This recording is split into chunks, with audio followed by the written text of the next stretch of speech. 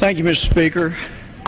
Today we passed a truly historic bill because the Secretary of Treasury had come forward and told us that if we didn't pass it, we were to be afraid, be very afraid.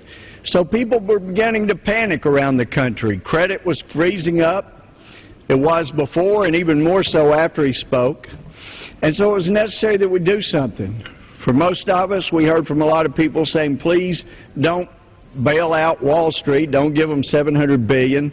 The last couple of days, we heard from car dealers, from bankers, from shopkeepers, small mom and pop businesses about to go out of business saying, you got to do something. So Secretary Paulson's scare tactics at work.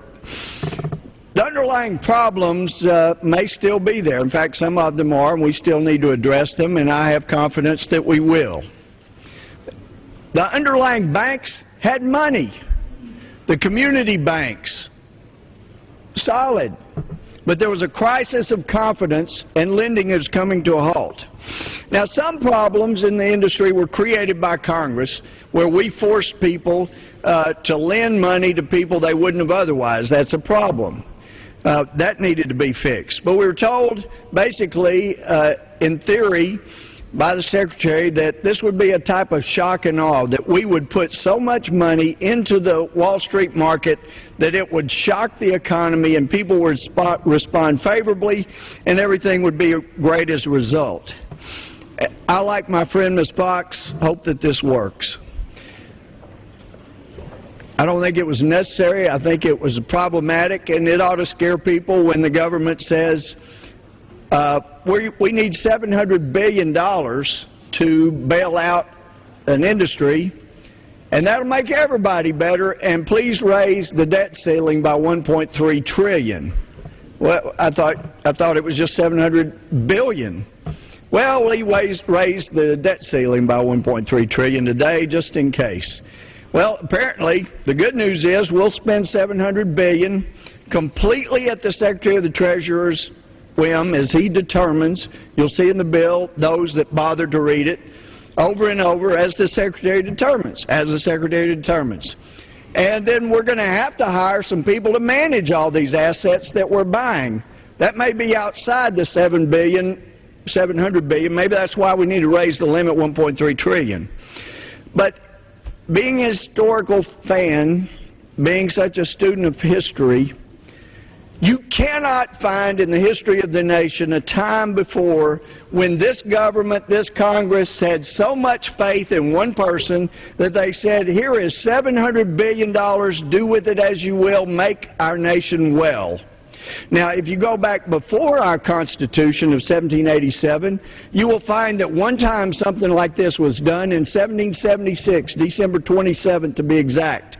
Many of the people that had signed up in the Army had done so for 6 months, and they'd signed up around the time of the Declaration of Independence. So their time was going to be up in January. The Continental Congress heard that many of them would not re-enlist, and so they were scared. George Washington never asked for this kind of power, but they knew this man. They knew he was not in it for himself, and he wouldn't reward his friends. He was doing everything he could at the tune of sacrificing his life and his fortune to help create this great land. So they gave him this power. He didn't use it. When he tried to get the guys to enlist, he gave one of the most impassioned speeches, and his pure leadership and example was enough to inspire them. Well, there's a picture in the rotunda just down the hall of him coming in. He wrote Bible verses on his resignation, and he tendered the resignation and did something no one had ever done in history. Led a revolutionary army, won the revolution, and then came in, resigned, and went home. Nobody had ever done it before or since. They could trust that man. I've studied history. I am a fan of George Washington. He is a hero of mine. And Secretary Henry Paulson is no George Washington. So let me leave you with this. When you hear anybody in the government say, we're going to take your tax dollars and we're going to make you money, then that's when you need to be afraid. Because they have moved over into the socialist realm, and you can always make more money than the government can. That's the thought I'll leave with you, with the hope and prayer that this does inspire the confidence that was looked for, so the economy does free up. I'd hope leadership would do it, but now apparently it'll take $700 billion, and may God help us all.